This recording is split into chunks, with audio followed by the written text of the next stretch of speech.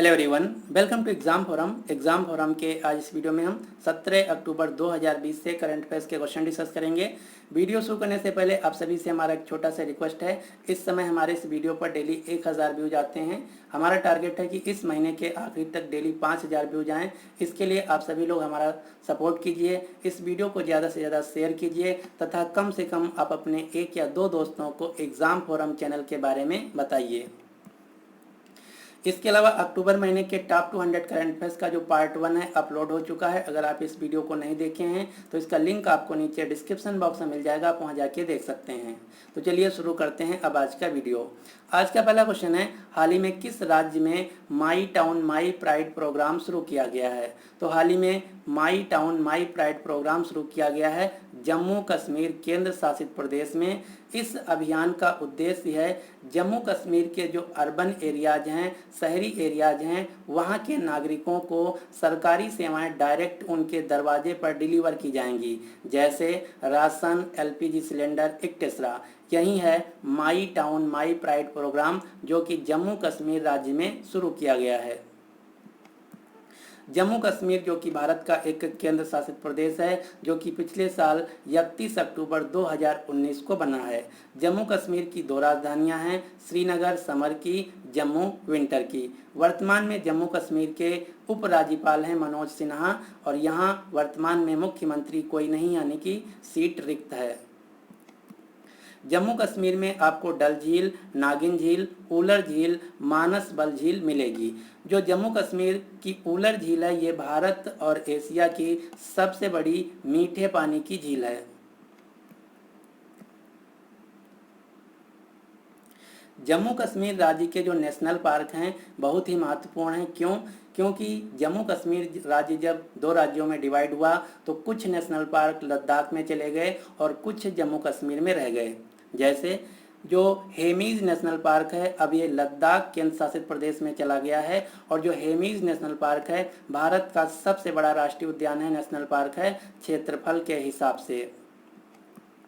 जम्मू कश्मीर केंद्र शासित प्रदेश में आपको Dachigam national park, Kazinag national park, Kishtwar national park, Salim Ali national park मिलेगा। जो सलीम अली नेशनल पार्क है ये भारत के पक्षी वैज्ञानिक डॉक्टर सलीम अली के नाम पर रखा गया है। डॉक्टर सलीम अली जिन्हें बर्डमैन ऑफ इंडिया के नाम से जाना जाता है। जबकि जो सलीम अली पक्षी अभ्यारण्य है ये गोवा राज्य में है और सलीम अली नेशनल पार्क जम्मू कश्मीर राज्य में है। क्वेश्चन नंबर 2 है, हाल ही में एनटीपीसी के CMD chief managing director Gurdeep Singh का कार्यकाल कितने वर्षों के लिए बढ़ा दिया गया है? तो जो एनटीपीसी के सीएमडी गुरदीप सिंह हैं इनका कार्यकाल 2020 में पूरा हो गया था। इसको अगले 5 साल के लिए बढ़ा दिया गया है, यानी कि अब इनका कार्यकाल जुलाई 2025 तक हो गया है। तो इस क्वेश्चन का सही आंसर है ए। एनटीपीसी के सीएमडी गुरदीप सिंह का कार्यकाल अगले 5 साल के लिए बढ़ा दिया गया है। आप ये जो फोटो में देख रहे हैं ये हैं एनटीपीसी कंपनी के अध्यक्ष और प्रबंध निदेशक गुरदीप सिंह। एनटीपीसी जो कि एक पीएसयू है, पब्लिक सेक्टर यूनिट है, सरकारी कंपनी है, जिसका पूरा नाम है national thermal power corporation limited. इसकी स्थापना हुई थी 1975 में। एनटीपीसी का मुख्यालय है नई दिल्ली। अब आपको एक सीक्वेंस याद रखना है। यहाँ से एक क्वेश्चन पूछा जाता है कि जो भारत की पीएसयू कंपनियां हैं उनमें से इस साल सबसे बड़ी प्रॉफिटेबल कंपनी और सबसे बड़ी घाटे वाली कंपनी कौन रही? तो 2019-20 में भारत की पीएसयू ओएनजीसी सबसे बड़ी प्रॉफिटेबल कंपनी रही। इंडियन ऑयल कॉरपोरेशन दूसरे नंबर की सबसे बड़ी प्रॉफिटेबल कंपनी रही और एनटीपीसी तीसरे नंबर की सबसे बड़ी प्रॉफिटेबल कंपनी है। अगर हम बात करें लास्ट की घाटे की तो बीएसएनएल सबसे ज़्यादा घाटे में है, उसके बाद एयर इंडिया और एमटीएनएल, ये हैं 3 घाटे वाली कंपनियां। ONGC, Indian oil corporation, NTPC, ये हैं भारत की most profitable PSU. Question number 3 है, Indian army chief general Manoj Mukund Naravane को किस देश की सेना के मानद जनरल का दर्जा दिया जाएगा? तो भारत के जो जनरल हैं मनोज मुकुंद नरवाने, इनको नेपाली सेना का मानद जनरल का दर्जा दिया जाएगा, यानी कि इस क्वेश्चन का सही आंसर है बी। यह निर्णय लिया गया है नेपाल देश की सरकार के द्वारा।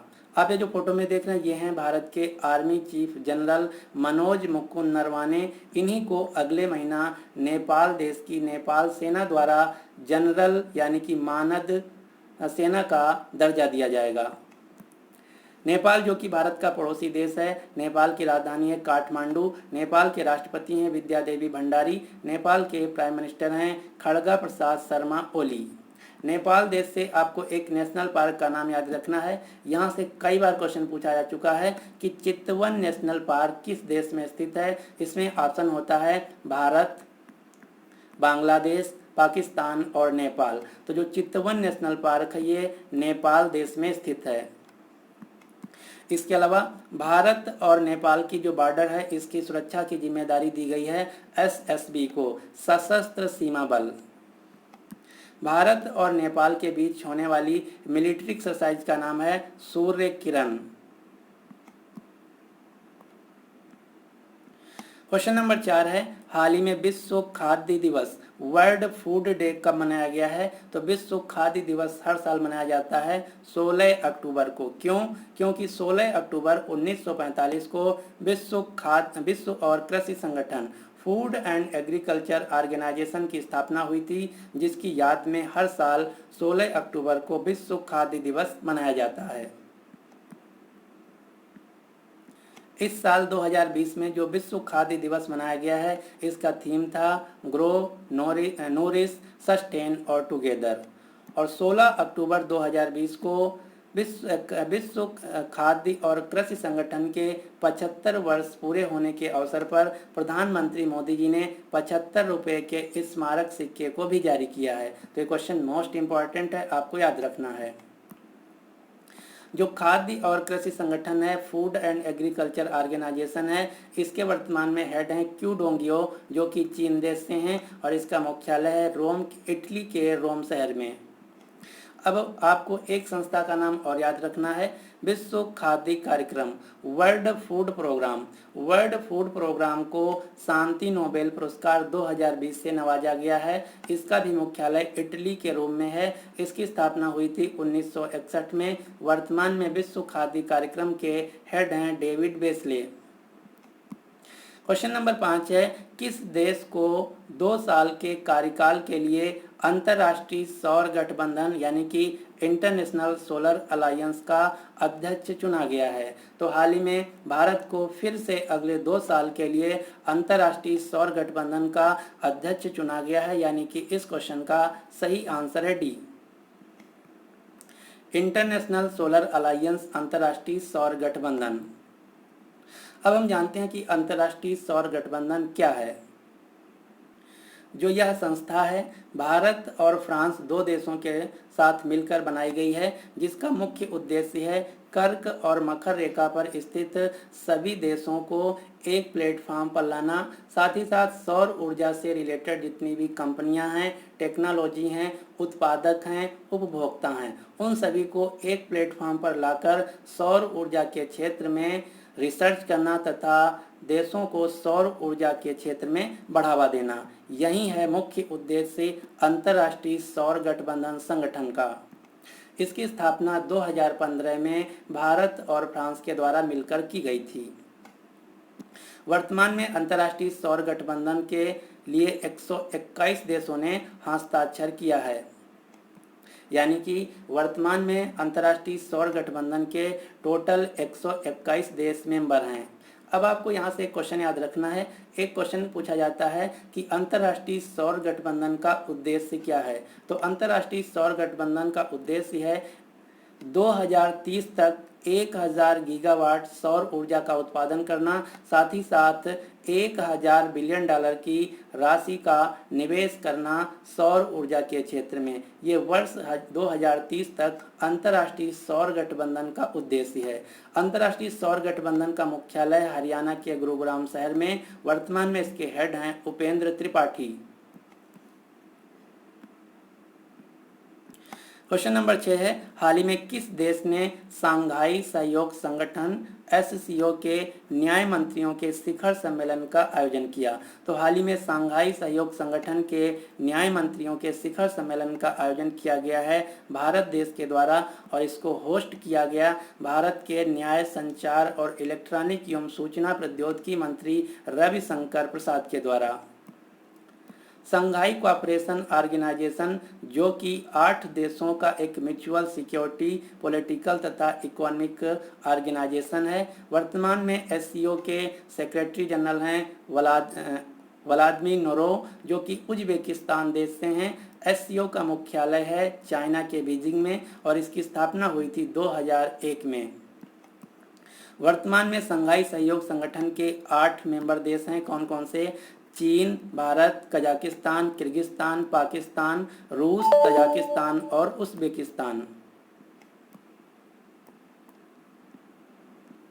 क्वेश्चन नंबर 7 है, हाल ही में गायिका कौमुदी मुंशी का कोविड-19 के कारण निधन हुआ है। आपको बताना है कि गायिका कौमुदी मुंशी को किस उपनाम से जाना जाता था? तो गायिका कौमुदी मुंशी, जिनका हाल ही में कोविड-19 के कारण निधन हो गया है, इनको गुजरात की कोकिला के नाम से जाना जाता था। आप ये जो फोटो में देख रहे हैं, ये हैं गुजरात की कोकिला के नाम से जाने जाने वाली मशहूर गायिका कौमुदी मुंशी, जिनका हाल ही में कोविड-19 के कारण निधन हो गया है। अगला क्वेश्चन है, ज्ञानपीठ पुरस्कार प्राप्तकर्ता मलयालम कवि का नाम बताइए जिनका हाल ही में निधन हो गया है? तो इनका नाम है अकितम अच्युतम नंबूदरी, जिनको पिछले साल 2019 में ज्ञानपीठ पुरस्कार दिया गया था। इनका हाल ही में निधन हो गया है। आप ये जो फोटो में देख रहे हैं, ये हैं मलयालम कवि और ज्ञानपीठ पुरस्कार से प्राप्त नवाजे गए व्यक्ति, जिनका नाम है अकितम अच्युतन नंबूदरी। इनका हाल ही में निधन हो गया है। क्वेश्चन नंबर 9 है, हाल ही में आसियान भारत ट्रैक संवाद को किस मंत्रालय के द्वारा आयोजित किया गया है? तो हाल ही में आसियान भारत ट्रैक संवाद, जो कि दूसरा संवाद था, इसको भारत के विदेश मंत्रालय के द्वारा आयोजित किया गया है, यानी कि इस क्वेश्चन का सही आंसर है सी। वर्तमान में भारत के विदेश मंत्री हैं एस जयशंकर और विदेश सचिव हैं हर्षवर्धन श्रृंगला। अब हम जानते हैं कि आसियान क्या है। तो आसियान एक संस्था है, एक फोरम है, जिसका पूरा नाम है association of south east Asian Nations, जिसका मुख्यालय है इंडोनेशिया की राजधानी जकार्ता में। वर्तमान में आसियान में टोटल 10 सदस्य देश हैं। कौन कौन से? Brunei, Cambodia, Indonesia, Laos, Malaysia, Myanmar, Philippines, Singapore, Thailand और वियतनाम। आपको ध्यान देना है, भारत आसियान देशों का मेंबर देश नहीं है। क्वेश्चन नंबर 10 है, हाल ही में दिल्ली के उप मुख्यमंत्री मनीष सिसोदिया को दिल्ली सरकार में किस विभाग का अतिरिक्त प्रभार दिया गया है? तो जो दिल्ली के उप मुख्यमंत्री मनीष सिसोदिया हैं, इनको रोजगार एवं श्रम विभाग का अतिरिक्त प्रभार दिया गया है, यानी कि इस क्वेश्चन का सही आंसर है ए। आप ये जो फोटो में देख रहे हैं, ये हैं दिल्ली के उप मुख्यमंत्री मनीष सिसोदिया। इन्हीं को दिल्ली सरकार में रोजगार एवं श्रम विभाग का अतिरिक्त प्रभार दिया गया है।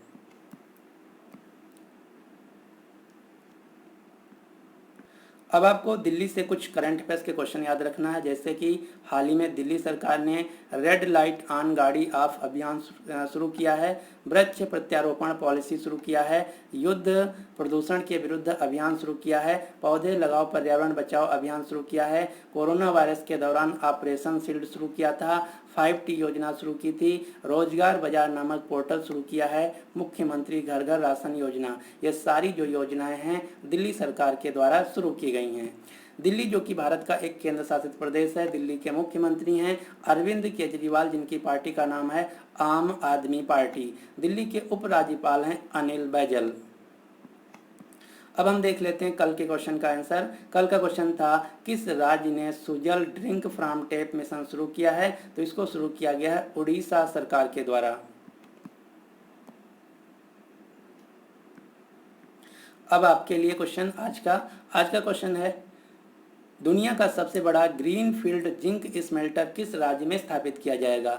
ग्रीनफील्ड जिंक स्मेल्टर का मतलब है जस्ता गलाने वाला कारखाना। तो दुनिया का सबसे बड़ा जस्ता गलाने वाला कारखाना किस राज्य में स्थापित किया जाएगा? इसका सही आंसर आपको नीचे कमेंट बॉक्स में देना होगा। अगर आपको वीडियो पसंद आता तो प्लीज़ इस वीडियो को लाइक कीजिए तथा अपने सभी दोस्तों को इस वीडियो को शेयर कीजिए।